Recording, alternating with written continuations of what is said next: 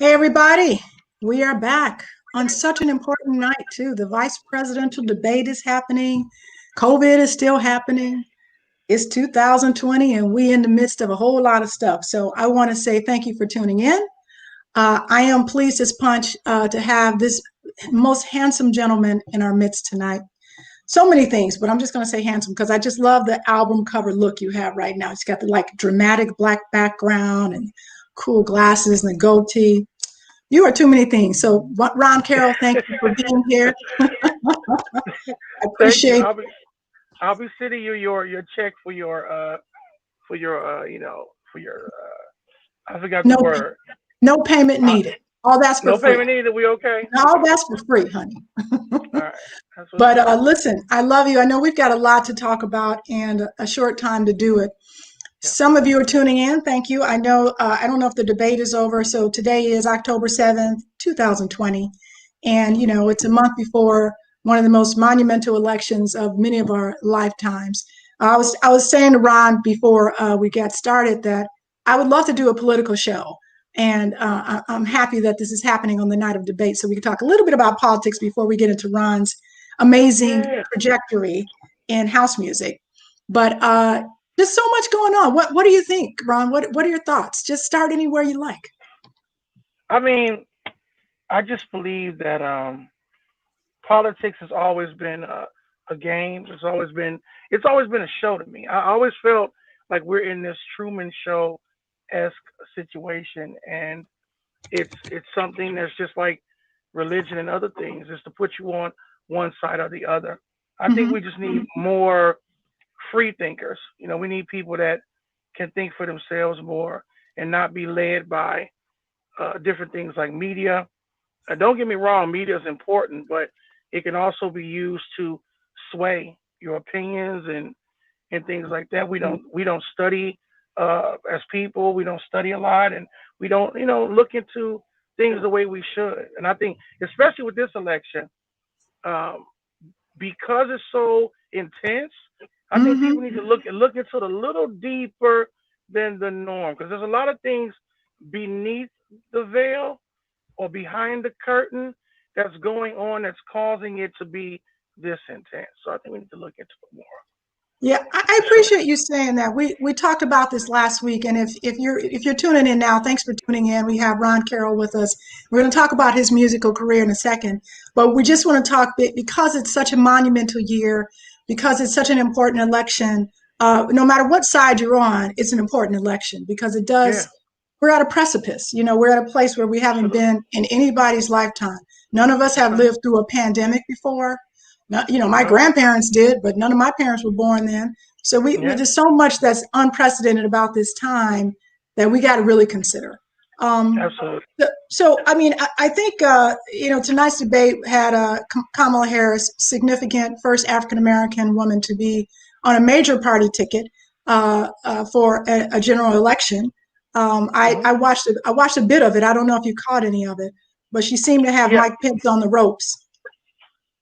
you know, um, I'm not gonna lie. I think having a woman in that type of office is a great thing. Don't get me wrong.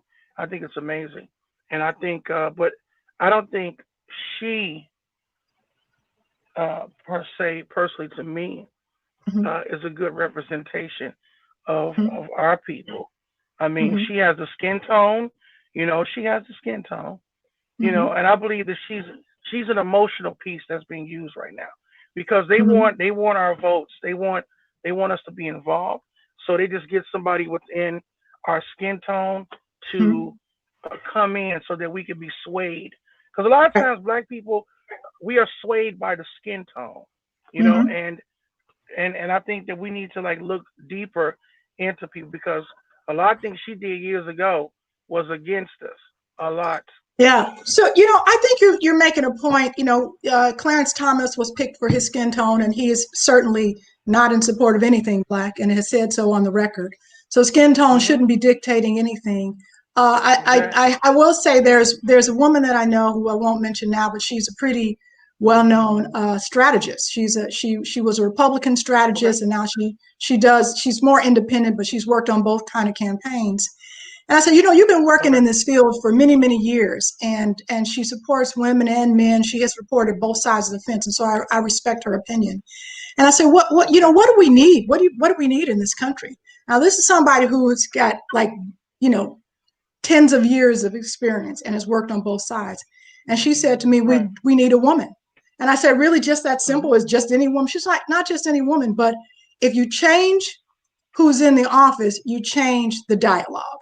And right now, the dialogue it will not change until we have a woman in that space. So I agree with you, Ron, that we have to do that. Is Kamala Harris the right one to do it? I guess we'll see. I like your point about people being used because I don't think you could be at that high office without anybody being used. Everybody is used. Everybody Oh is yeah. Oh yeah. somebody's For puppet. sure. For Everybody. sure. For sure. All right. For That some high people office. not That's a watching diff. this debate. Say that Yeah. again. No. No. Being in that position, I mean, you have to sacrifice a lot of yourself, of Hmm. your normalcy. You know what you think regularly. You got to sacrifice a lot of that to get to that high position because you're dealing with a lot of high profiled, white men in suits. Hmm. Let's just be honest. Right. Right. One. Yeah. You know, are Go black ahead. people tired of, white men in suits? I get it. I know Right. you're tired, Right. but I want everybody to know that what's happening, in my opinion, what's happening, Lori, is that there's a system that's been in place a long time, and Hmm. now this system is being challenged. Just like Hmm. presidents beforehand, you had Hmm. Kennedy. Kennedy got up there and said, "Look, we're not going We're to be not going to led be. by secret societies. You know, Hmm. we're not going to be Hmm. led by secret societies." He did a whole speech Right. because he was tired of that machine Hmm. running the country. They killed him. They killed Correct? him. Yeah. I was Absolutely. reading about this president. Some of you might not have ever heard of this guy before, but he was a president during the Reconstruction era. His name was James Garfield. Have you ever heard of President James Garfield? So Absolutely. there was, Yes. after Lincoln, you had Johnson, who was his VP, who was a racist and a jerk, and did his Mhm. best to try to repeal Reconstruction. Congress kept vetoing, overturning his vetoes. That's right. And then you That's right. had, Grant, who was a decent president. Then you had this Rutherford B. Hayes, and you had this guy James Garfield, who was around like in 1881. He was elected. And what was interesting about Garfield is he's one of those people who was doing the exact same thing that you're talking about. So if you never heard of him before, just Google him. But he was Mhm. in office for exactly 6 months. And Wow. you know what he did during his inauguration and one speech he gave while he was campaigning? He was Mhm. talking about how never that he saw in the Civil War white people burning the American flag, fighting against America, and he had never seen any black people do that. That black people Mhm. were the ones who were standing up for the Union, who were trying to keep it together. And now, post pro slavery, we're trying to put them down, put them in their place. One Mhm. white president who was telling the truth, and he said all this during his inauguration, that on my watch, all that's going to change. And all you people who think it's not going to change, you're in for it. And guess what? Mhm. He was killed 6 months later. Now, See? it was a deranged guy, whatever there's theories about that, but I don't Mhm. think that that was an accident. So Of people who course speak not. out, people who don't are not puppeted are often targeted. So Of this course. is a huge discussion. We could talk all night Yeah, about it. we Um, can.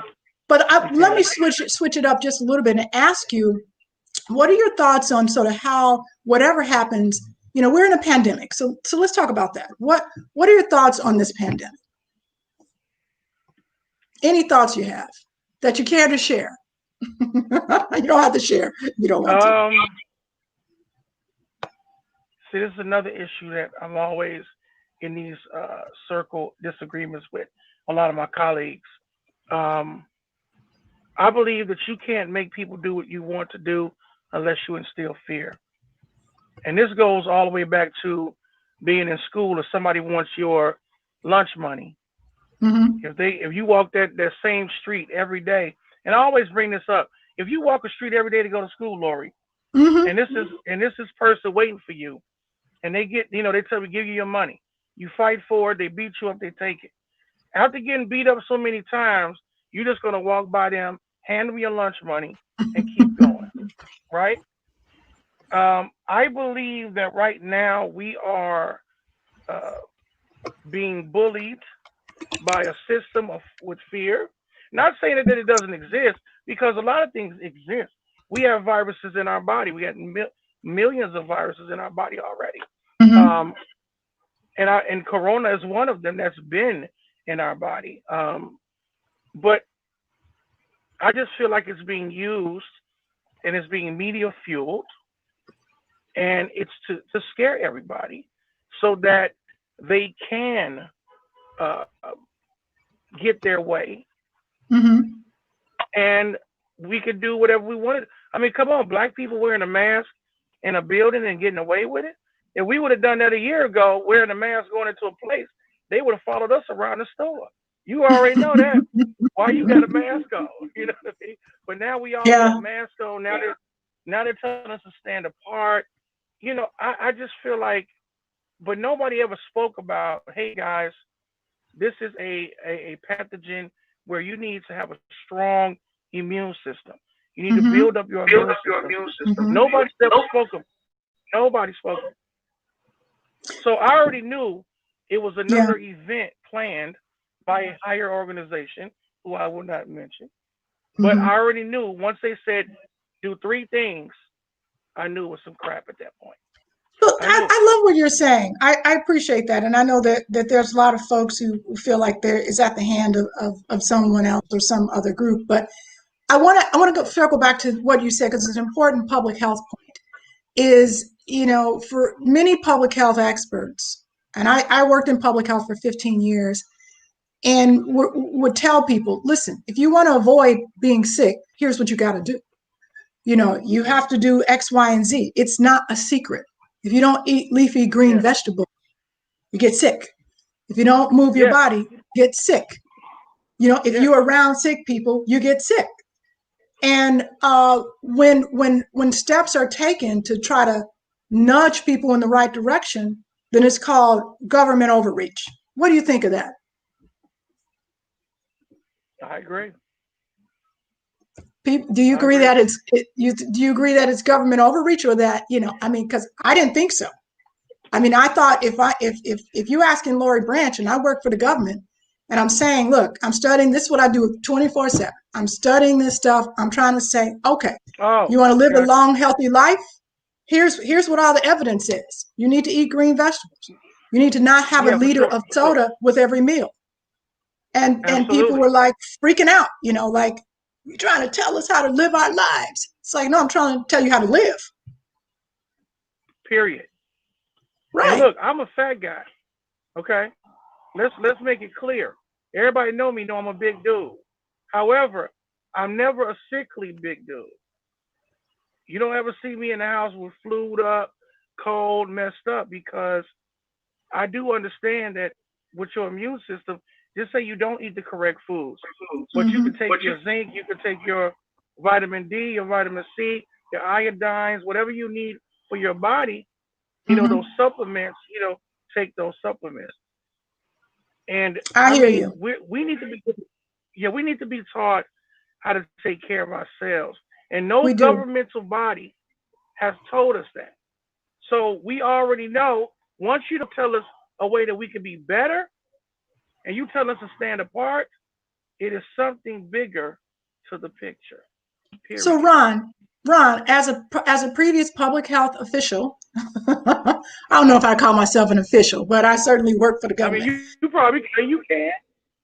I would shout it from the mountaintops. I would say it in groups. I did TV shows. I did PSAs.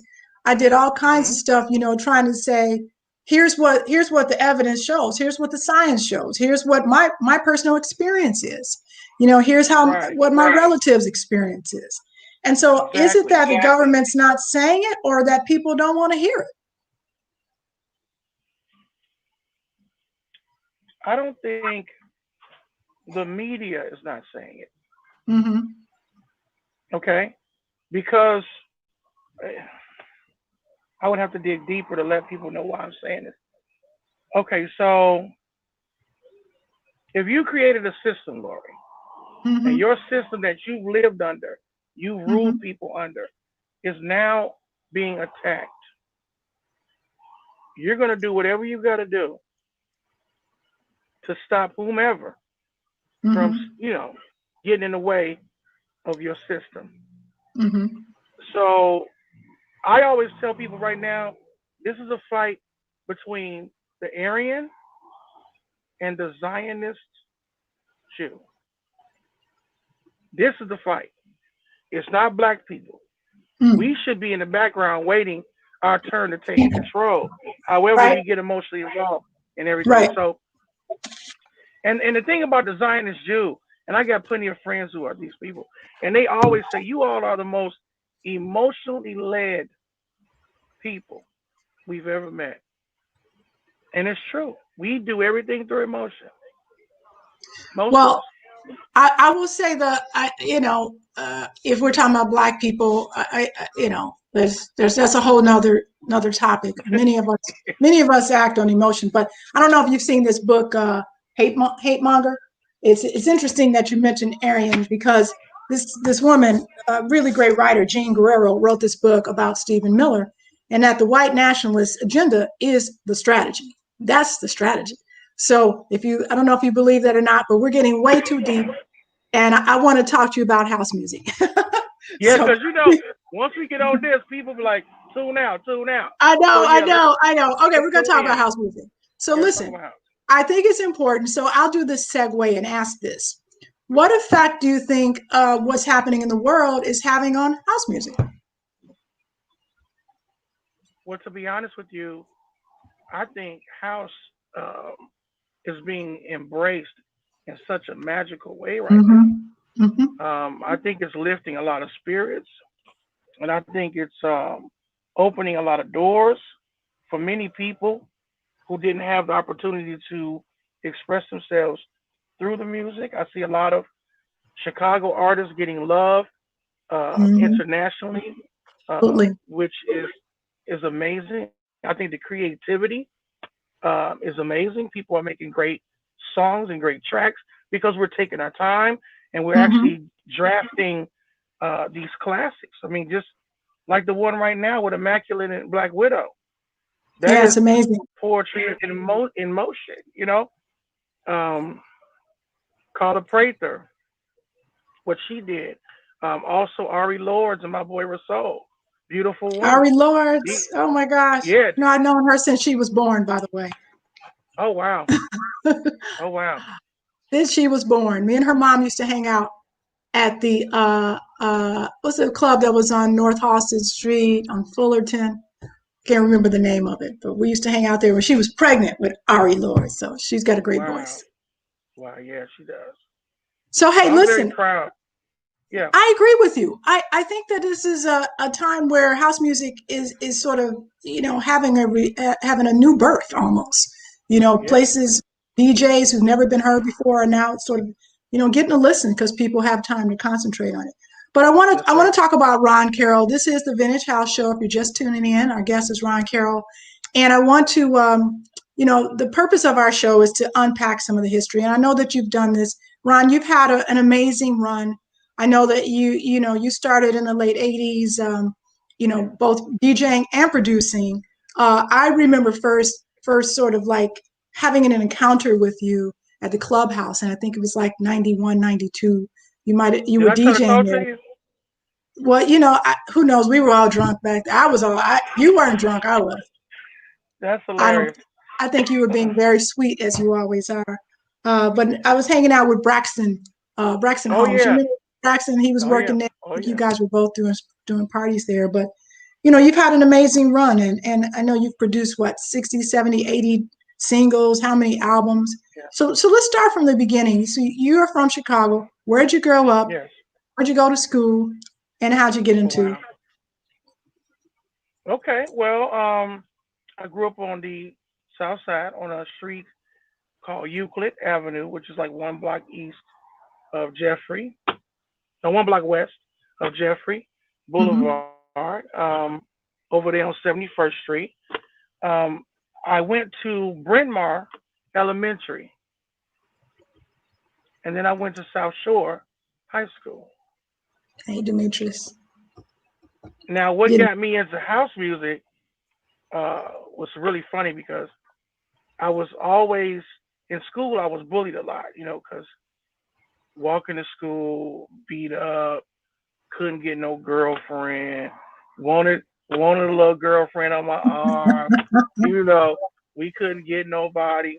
And I remember that there was a sock hop. This is when you would just dance in your socks in your gym room. I'm just explaining to people who don't know what a sock hop is. Oh, I So remember we those. going to you remember those, right? So we Oh going yeah. in to the gym.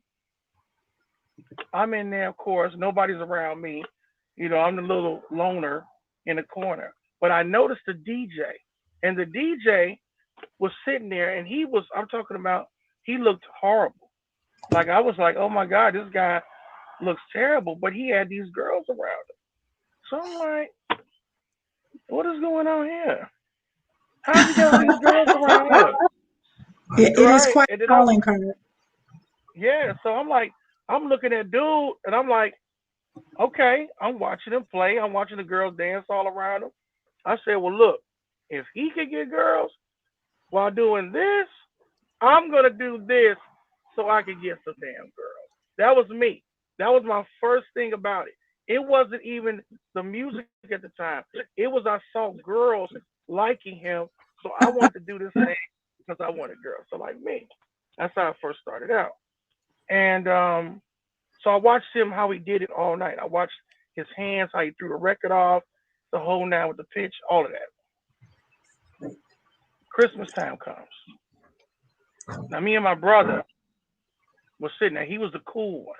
I said, look, bro, you ask dad for a turntable. I'm gonna ask mom for a turntable.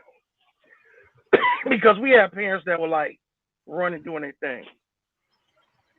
So my mom said, baby, what you want for Christmas? I said, Mom, I want a belt drive turntable. Right? And then my brother went to my dad, asked him for one. Christmas time came, both turntables was there. That's all right. But we didn't have a mixer. We forgot. You forgot to ask for the mixer. Yeah, we forgot.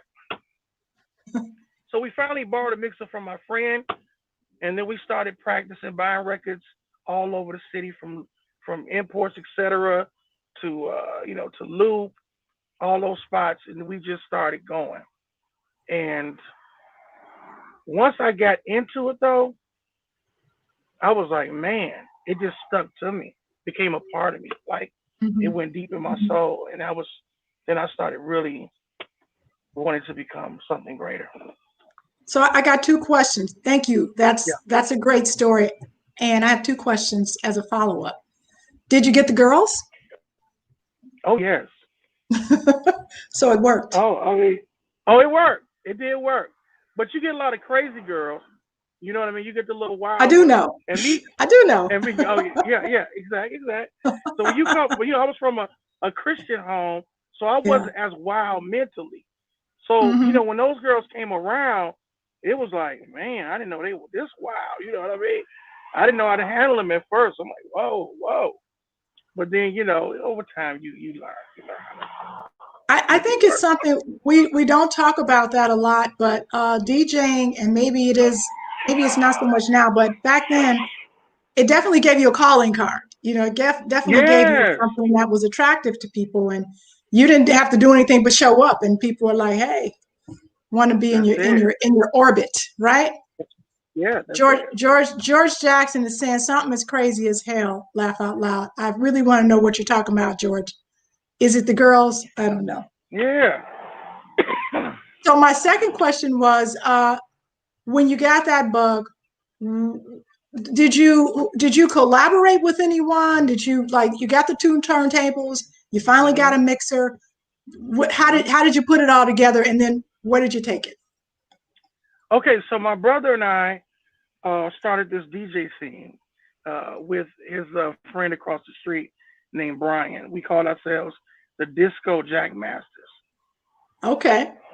and so we started doing the gym room parties at South Shore. Okay. And then we got deep into it. Like we had the shirts, we were coming in with the medallions, we walking in like we important, we started, doing our thing. We thought we were the G's, we coming in. And it was so funny because we were actually the first people to bring Ron Hardy to South Shore. We brought Ron Hardy to South Really? Shores. Okay. So this is South Shore And High those, School, right? yes, South Shore High School. Yes. And when How we did they brought receive? Ron, now Go ahead, right, honey. then we get into the response. Because South Shore was right there, but the cool schools were Hyde Park, Kenwood, CVS was okay. We always Whitney got Young. Whitney Young. Ron came to South Shore. People were looking at him like, who is this? We don't know who this is. And me How and did my they brother, perceive him? they Was he were just like Jimi standing. Hendrix or Prince? I mean, like, what were they thinking? No, they were looking at him like they had no clue. They were just Hmm. staring. And we like Ron Hardy. We going around the gym like, this is Ron Hardy. This is Ron Hardy. And after that, I was like, you know what? South Shore is just like 30 years behind everybody else. Like living in the country. Like them kids did not know who that man was at all. So it was funny, but we did it. Yay. So did he rock the crowd? Did he turn it out? What happened? Well, only when he played stuff like "Is It All Over My Face." Okay. He had to go a little commercial on it. So once you start playing, jack your body, move your body, and all of Hmm. that, people started, But when he played Free Man and all that, no, they didn't. They didn't know what that was. They're like, I don't get it. All right, a couple shout outs. Exactly. Hey, Carla Prather, we were just talking about you. Thanks for tuning in. All Annette right. McGee, Larry Tucker, Linda Red, what's up? Louis Green in the house. So y'all not watching the debate? Is it over yet? Because I had to stop so I could talk to my man Ron here. If Yeah. so, I would love to know who y'all thought won the debate. Won the debate. Let us know who you thought. You He already said know the Larry women. Tucker said it was lame. The women gonna go for the women. You already know. It's Uh, already pre-done. You already well, know it. you can't go for Mr. Freeze. What they call him, not the Heat Miser. That's Trump. He's Oh, the he Mr. Freeze. He Mr. do look like I'm Mr. Mr. Freeze. He does. He does. Uh, He does uh, like Mr. Freeze. anyway, y'all not okay. So Linda said, Kamala won the Hmm. debate. She did look really good. I watched a few minutes of it, and she looked very confident. The other dude was kind Yeah. of defending himself because shit, they got a lot to answer for.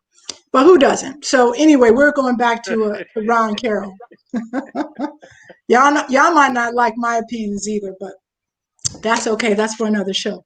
So Ron Yes. has Yes. so you did South. What was the first club that you did as a big party? Walk us through that night. Okay. So I was invited to play at a hotel party. I think we were at the Hotel Continental. The promoter was Marvin Terry. Okay. Okay. And it was one of those nights where my brother and I was like, wow, we're playing at the Hotel Continental. Oh my God. Oh, of course, when we played, of course, the first couple of records, you shake it a little bit. Your hand, your hand is shaking as you put the needle on, because first time doing something like that. I know And this. Your we would heart have warm beating. up. Oh Yeah. yes, yes. And we would have warm up. But during those parties back then, there were like literally hundreds of people there at the beginning, because that's Right. how those hotel parties work. So we're shaking. A couple of blends was off a little bit, but then we started to get into it towards the end, and we established a relationship with Marvin Terry. Since that point, we started doing other little stuff with Ferris and with Andre, and that's how I got to meet a lot of those guys was through the promoters. So big ups to my man Marvin Terry. and to my man DeAndre Sanders as well for giving me some spotlight during those times. Yeah, no worries. I appreciate that. The Hotel Continental, we've talked about that in the past. That was a place that a lot of house music, sort of early house music, was tried on, tested out. There was a For lot of sure. a lot of people using that space. What made it special? Why the Hotel Continental? I think hotel parties in general was Hmm. a way for the teenager to have a Hmm. house music experience. Um, of course, you had the clubs that were open, but a lot of people couldn't get into those venues, either where you weren't of age or you weren't cool enough. You didn't know members of the staff or whatever, security or whatever. So the hotel parties was an open place for everybody to really get that house experience, and that's why people like Lil Lewis became the famous person he became because those hotel so-called quote unquote kitty parties, a lot Hmm. of people name them kitty parties. Hmm. Um, that's where a lot of house music was born. A lot of big hits were born. You know, Hmm. like Move Your Body, Jack Your Body, Strings of Life. All of these tunes were really blown up in those arenas, in my opinion. In the hotel parties, we don't talk about that a lot. I really appreciate you bringing it up, because it Oh talks yeah, it was a about good time. club culture for young people, which was an important way that house music was proliferated. Is that Yes. so? When we think about the house music culture, sort of Mhm. pre-house music canon, it Yes. was young people clubs. It was the warehouse, even though that warehouse was the we think of it as adults. You only had to be 18 to get in there. You only had to be True. 18 to get into the music box It's true. you know, and the other clubs where no one guards you anyway, the Loft and Sours and these other Mhm. sort of early clubs, 14-year-olds were going up in there. So, Yeah, it that's true. really was born of this young culture. And I think when you start getting into that hotel, the hotels that started hosting, and they were doing that. Like I remember I want to say the Allegro, someone AL something. I remember a lot of the early parties were at some of these hotels. That became Yeah. really when you when there was no music box and folks were losing their Yes. ability to throw those kind of parties. Yes. You had the Ascot Hotel. That was on Michigan, Hmm. um, which was a small hotel. That's where I saw Lil Lewis for the first time, and I met Gene Hunt for the first time at the Ascot Hotel. And that's when me and Gene Hunt connected. And it's funny because when I met Gene Hunt, I love the way he played so much because it was straight up like West Side DJs type Hmm. of thing.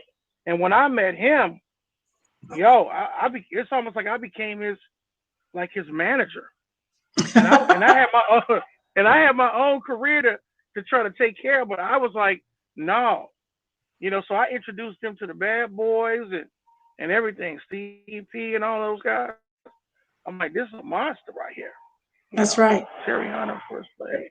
I'll So I show can you see that that. comment. Yeah, Bismarck. Terry Hunter played, worked Hmm. at MF at Bismarck Hotel. Oh yeah, Yeah, yeah, that was. I think hotels are having a comeback. Seems like more and more people are using them than they were before. yeah, yeah. But I think we need to start reaching out to our younger audience a little more. I think we'll Yeah. become really, age separated.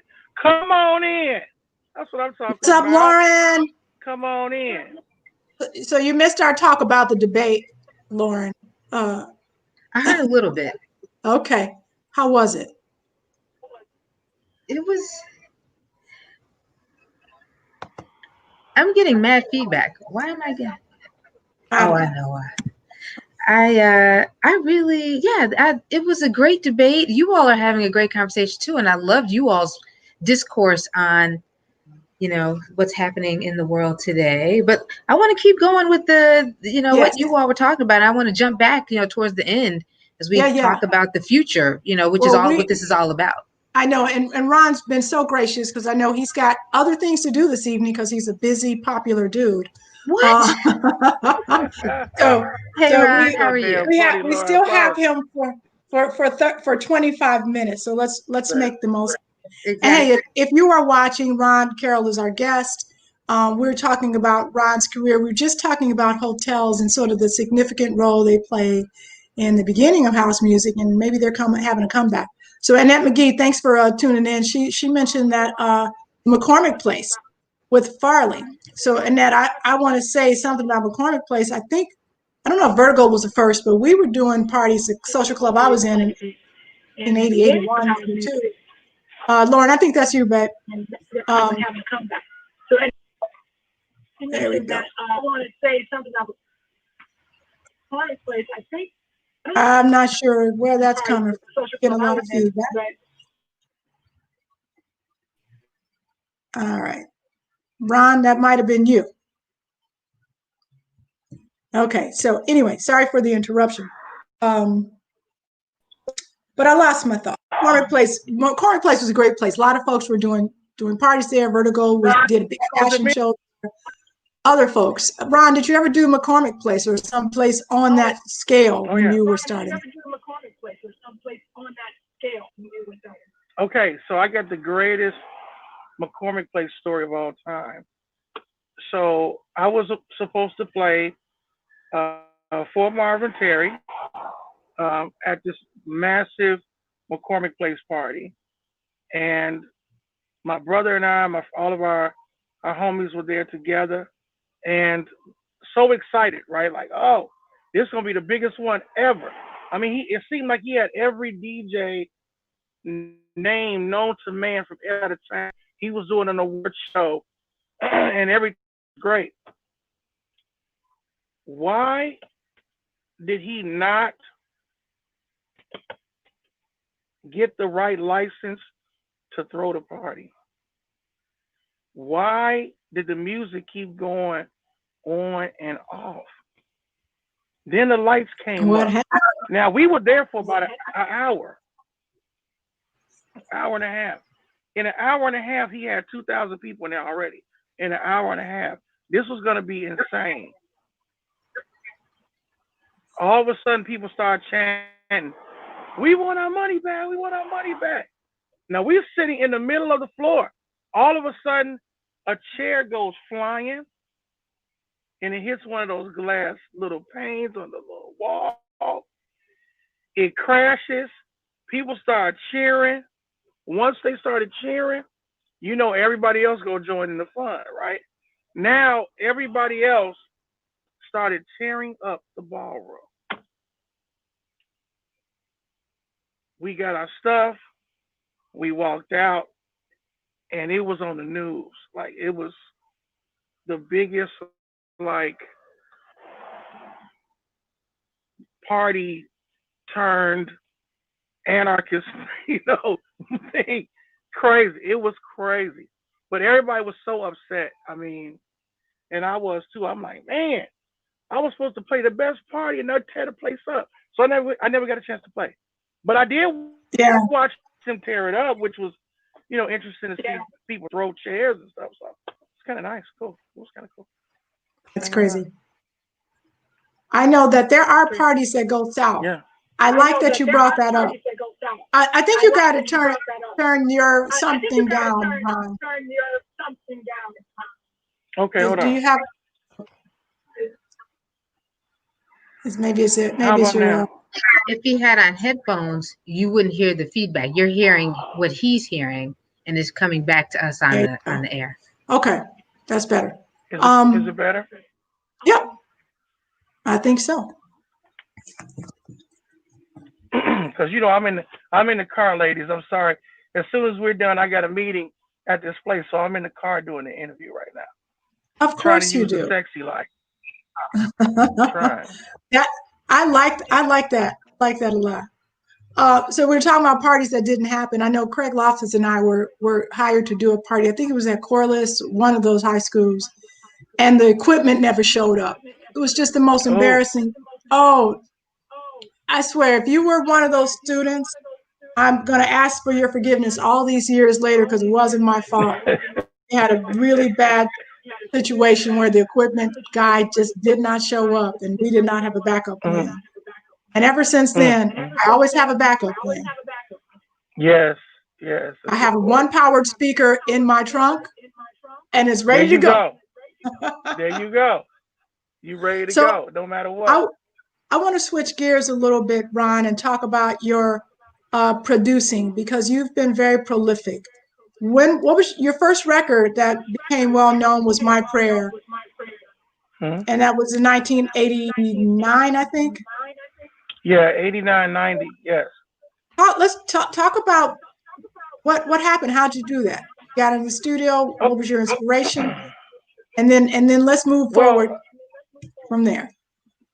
well, the key, coming from a Christian background, my father was against me doing anything secular. And even though I was loving house music, playing it, me performing it was like the biggest no-no in the world. And at the time, my friends Big Ed, Harold Matthews, and also Ron Trent were like, "Dude, you can do house music and talk about God at the same time, bro." And I'm like, "I can," because I'm thinking, you got to talk about moving and jacking and gyrate. It's like, no, we can talk about God. I said, "Wow, okay." So we get together. Big Ed is a great, great writer, and we sat there and we came up, and he came up with my prayer, and it was perfect because it went in lines with, first of all, how my family was, and I thought it'd be something great, and also it fit my voice at the time. And I thought that I didn't have a house music voice. I really didn't. I was like, man, my voice is not a house music voice. But we did the record anyway. The mixes came out, and people really, really gravitated to the song. And some people say that was the very first gospel house track in their opinion. And I was like, wow. So I mean, it broke a lot of ground in the beginning for sure. And we started our thing with hula and fingers, and from there came a new day and pressing on and all around me, and that was the very humble beginnings of our things together. So it was a great beginning, no doubt. You know, I appreciate your story, Ron, because so much of what we're doing is rooted in gospel music. You are a singer. Is that you getting that feedback too, Lauren? Hmm. Yeah, I'm sorry. I'm still hearing a little feedback. Apologies. But I wanted to know you're a singer and you have an amazing voice. What church did you go to, and how did you reconcile? I mean, you talked a little bit about my prayer was your reconciliation. Someone saying that you can still be saved and sing house music. So how was that perceived in the church that you went to? Where'd you go? I went to the great Ebenezer Missionary Baptist Church, which was at 4501 South Vincennes Avenue. Um, and those old school Christians in there, when they put that little whirly beat on it, none of them liked it. I was so excited. I'm like playing it. I'm like, listen to it. They like that's the world music. You're gonna go to hell, and they was going crazy.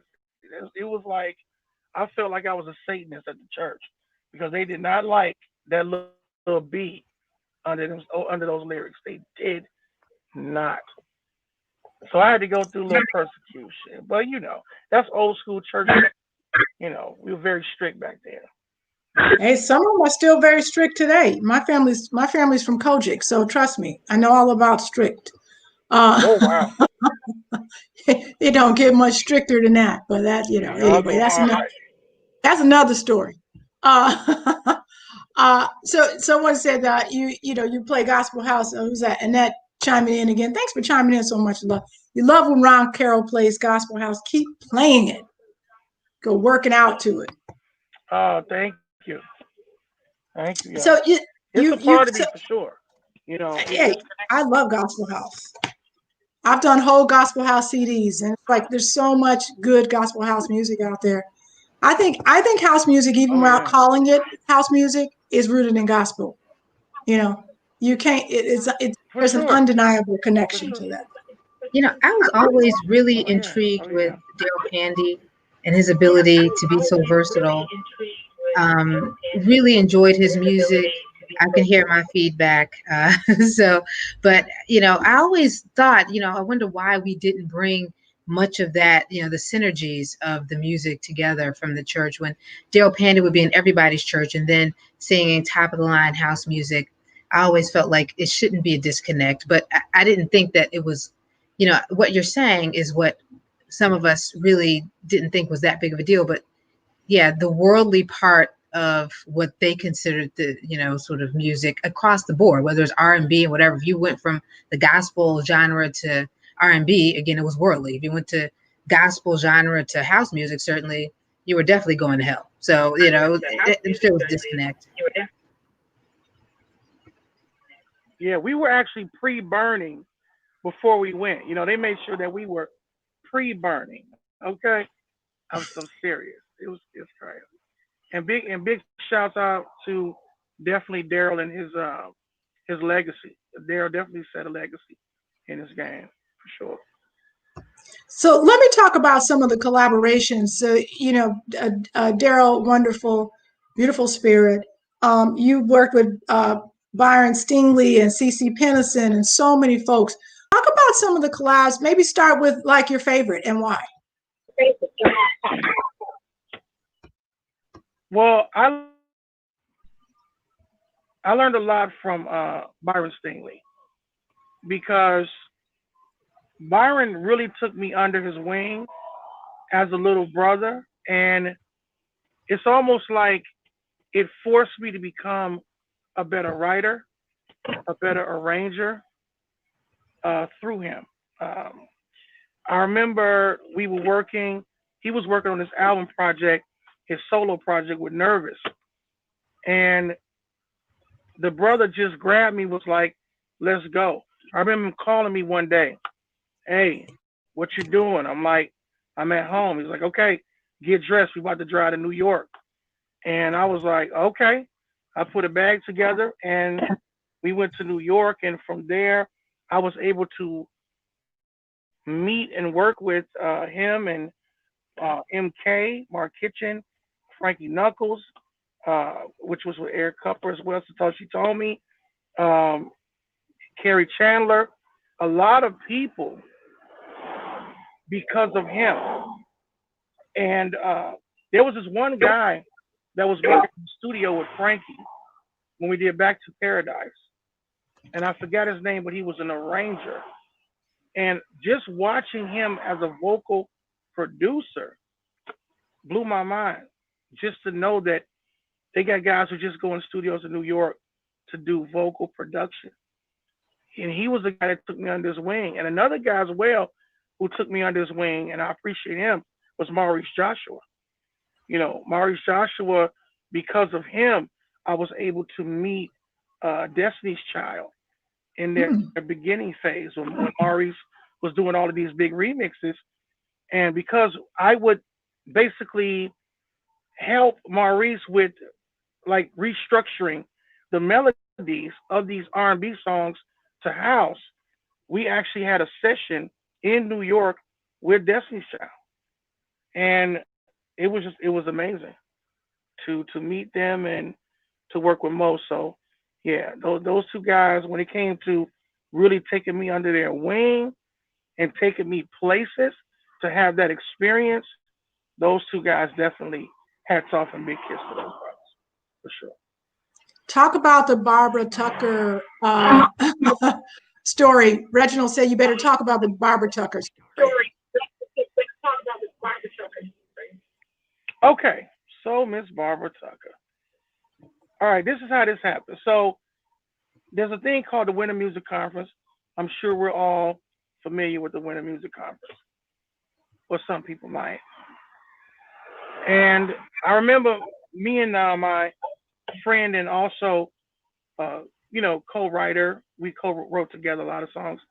Big Ed was supposed to come with me, and he was unable to come. So I'm like, all right, bro, I'm just gonna go and represent us. I remember we were at the hotel on Ocean Drive, not on Ocean Drive, sorry. Um, I keep forgetting the name of this hotel, but they used to be in the back during in the pool area, big hotel. And this is when Strictly Rhythm and Nervous and all those labels were massive. Okay, like you would see those artists and be blown away. And I remember seeing Dave Shaw, Louis Vega, Gladys Pizarro, Barbara, India, all of them were together by the pool. So I went over to the payphone, called Big Ed, like Ed, Louis and them are all at the pool. Bro, I'm about to go ask him, can we write for him? I'm about to go do it. He was like, you gonna do it? I'm like, I'm gonna go ask him. I mean, all he can say is no. We were on the phone for about 20 minutes. All he can say is no. Like, okay, well, I'm gonna go over there. And I remember going over to Louis. I said, hi, Louis. My name is Ron Carroll. I'm from Chicago. Me and my friend Big Ed, we are great writers. And I know that if you give us an opportunity to write something for you, you will be very happy with it. He paused and he said, okay, write the next Barbara Tucker record. Now, at the time, Beautiful People was out. And I'm like, what did he just say? Beautiful People was big. And you telling me, okay, write the next Barbara Tucker. I'm like, what? So I ran back. I didn't even finish what Louis said. I ran back to the phone. I put that little 50 cent in the phone, called Ed. I'm screaming, Ed, you're not going to believe this. They're closed? Oh, wow. Wow, okay. I said, Ed, oh my God. Louis said for us to write the next Barbara Tucker. Oh my God. So we going crazy. But then we got back home, about a week went by, and then he sent us a tape with a little beat on it. We said, okay, wow. And then here comes, we wrote it. I Get Lifted. That's right. We did we did a scratch vocal. We sent it over. He said, you know what, guys, I like it. He said, can y'all do something for me? Like what? He's like, come to New York. We're like, what? Come to New York. So me and Ed flew to New York. I'm so frantic. I left my belt in Chicago. I had to put a what do you call one of those extension cords? I had to put an extension cord around my waist to keep my pants up because we was nice and broke. Okay, nice and broke. So I couldn't buy another belt. So I took a extension cord and wrapped it around for the whole time we were there. And so we went to the studio, and in the studio was Kenny Dope, La India, Donald Rush, Donnell Rush, I think, all those guys. We were starstruck. It was amazing, amazing. I Get Lifted is a classic. Is one of my favorites. I play it all the time. It's still in rotation. Ron's got so many great songs. I want to ask you if you had to name your top five out of all the tracks that you've done. What would you do? And then I want to talk before we get too far gone about what you're doing now and a little bit about La Nocturne because that's what you're doing now. But let's start with your. You don't have to do five. Top three. What would you say? What would you say? Let's see. I really love doing A New Day. That was my favorite single for myself. Uh, as far as writing, um, I Get Lifted because of the story, because of where it took us from that moment. Performing wise, there's songs that I did with more like EDM artists that a lot of people didn't hear, but One was with a group that was signed to Axwell's label. I work with the Swedish House Mafia a lot. Hmm. Songs like "Don't You Worry, Child" and things like that. With Bob Sinclair, "World Hold On," and songs like "Love Generation." Those songs I'll never forget. And even "Back Together," I did with Hard Soul, and the kooky one, which is "Walking Down the Street" with my Nike song. All of them have certain unique stories that I will never forget as long as I live, and that's why they're special to me. You've been so prolific. I think you're one of the most prolific people we've had on this show to date, and I can speak for myself as a DJ. I love your music. You're so talented. I always keep it in rotation. I want to ask you though, as a DJ, do you like when other DJs play your music? Do you like to hear it in mixes? Do you like to hear it in mixes?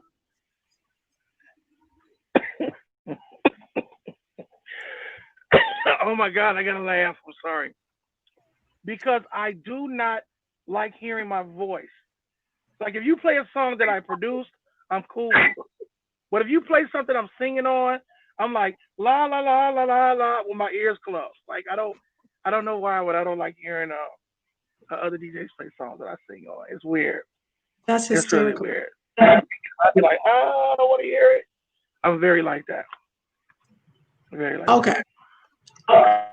So let's talk about you. You got a lot of stuff going on now. I heard one of the tracks you played when I was at Atlanta Nocturne. So thank you for inviting me. That was a really fun show. You got a great thing going on. So talk a little bit about your partnership with this club and why that club. Well, I linked up with that club because of the owner. His name is Francois. His passion for wanting to deliver the house sound to the city is so big. His heart is so big for the house community that it was just a spiritual connect. Hmm. And it's not. I like when people not focus on money, but focus on experience and focus on the vibe. When people focus on money, you lose a lot of that inner spiritual part of you that you could deliver to people, where you'll be taken care of anyway. Your ancestors will make sure that you eat, but you have to give of yourself to the people through music. And I think this guy has that vision where he moved all the way from Paris to open a club in the birthplace of house, and that's how we connected. And he was a great guy. So we That's started doing the fantastic. shows, because when everything got shut down, I remember me, him, and the general manager Miguel was sitting together, and we were like, "Well, what are we gonna do from this point?" And I'm like, "Man, let's go live. Let's just do it." And this is when everything was completely shut down. Like driving your car to a certain area, you're getting questioned. There are many times I will pull up to Nocturne, the police like, "Where you going?" And so it was that moment, and we just been connected ever since. And we start bringing on great people like yourself express themselves. So it's a good thing. Well, I appreciate it, and I hope you guys continue to do it. I mean, I feel like you are opening it up now so that people can physically come to the club. Is that what's going on now? Can people actually come to the club? Yes, people can come to the club now and get the experience. Of course, there are guidelines that we have to follow. So I kind of look at Nocturne is not a club right now, but like an ultra lounge. It's like Okay. an ultra lounge appeal. Okay. Right now we can't look at it as a nightclub. So we have to say, okay, we're just going to sit together. We're going to gather together and have fun, drink, be merry, and listen to great tunes. And that's how we look at it now. And it's been growing very, very well. You got to come play for one of those too, because it's really nice. Whenever you say so, I am totally there. So, I know you've got to get off in a second, but I want to say thank you again, but I also want to ask you, what do you wish for our community? What do you wish for the house music community? I want you to direct people to your music. Where can they find it? What should they be looking for? And just something that you could leave with the folks who are watching and who will watch this show tomorrow and the day after. What's Ron Carroll's message for the house community world? Wow. Well, I just want everybody to live a free life. And we have to make sure that, huh? Well, yeah, medium well. Medium, yeah. Sorry. No worries. I think that we have to live a life where we create our own reality within reality. We have to know that we have our own world that we can design through music. And that's the most important thing to me is creating your own world with the music, and if we do that, and we can do it individually. There are a lot of people, I know we have this, a lot of people have arguments about getting put on and doing this and doing that. I just feel like everybody, if you just create your own world, your own utopia, whether it's a million people there or two people there or just a bunch of friends. Just right now, we just need utopias where we can escape and come together and celebrate this beautiful thing called music. So Chicago, a lot of people, I think we need to continue that path. As far as musically, you can find my labels, which are Electric Disco and Chicago Soul Exchange, and we're both on Tracksource exclusively. Um, and you can find me on Instagram, Ron Carroll BMC. That's B as in boy, M as in Michael, C as in Charles. And even at Twitter, the same feed. And yeah, Facebook, just Ron Carroll. SoundCloud, Mixcloud, Twitch, just Ron Carroll. Two R's and two L's though. Two R's and two L's. Yes. Well, Ron, we love you, and I so appreciate you taking the time out to speak with us, speak to our audience. And I would do anything you ask me to do. I'm there for you.